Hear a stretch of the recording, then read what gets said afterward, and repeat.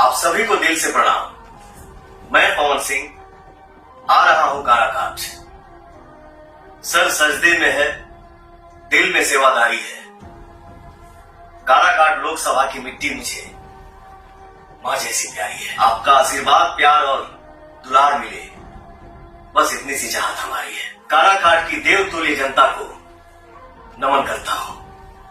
आपका प्यार मिले, आपका बेटा आपका नेता बने और मुझे सेवा करने का अधिकार मिले। जय हिंद, जय बिहार, जय काराकाट की जनता। प्रणाम। काराकाट के जनता के प्रति पवन सिंह के विचार आप लोग सुन लिए। जैसे कि आप लोग जान रहे हैं कि पवन सिंह को फिट नहीं मिलने पर काराकाट से पवन सिंह निर्दलीय पर्चा भर चुके हैं और पर्चा भरने के साथ साथ चुनाव लड़ने की तैयारी भी पवन सिंह कर दिए हैं और बहुत जल्द काराकाट में जाकर रैली सभा करने वाले हैं। और बीजेपी के विपक्ष, जिस बीजेपी के बैनर के तले कभी पवन सिंह खड़ा होते थे, उस बीजेपी के विपक्ष में पवन सिंह बोलते हुए नज़र आ रहे हैं और उस बीजेपी के विपक्ष में प्रचार करते हुए नज़र आएंगे पवन सिंह। कहीं ना कहीं मोदी जी के साथ साथ बीजेपी के सारे कार्यकर्ता और बीजेपी के वरिष्ठ नेता, हम कह सकते हैं कार्यकर्ता तो नहीं, वरिष्ठ नेता ने पवन सिंह को धोखा दिया है, पवन सिंह को जुमला बनाने की काम किया है।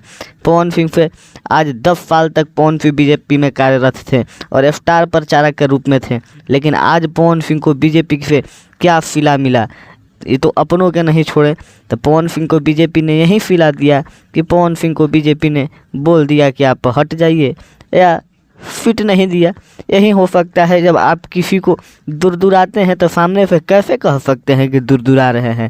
और कहीं ना कहीं अब पवन सिंह ये भी मान रहे हैं कि बीजेपी ने उनको धोखा दिया है और बीजेपी के खिलाफ प्रचार कर रहे हैं। बीजेपी के खिलाफ उन्होंने चुनाव लड़ने का फैसला लिया। और तो आप लोग काराकाट के जन से निवेदन है कि आप लोग सपोर्ट करिए और ऐसा न्यूज़ जानने के लिए चैनल को सब्सक्राइब कर दीजिए।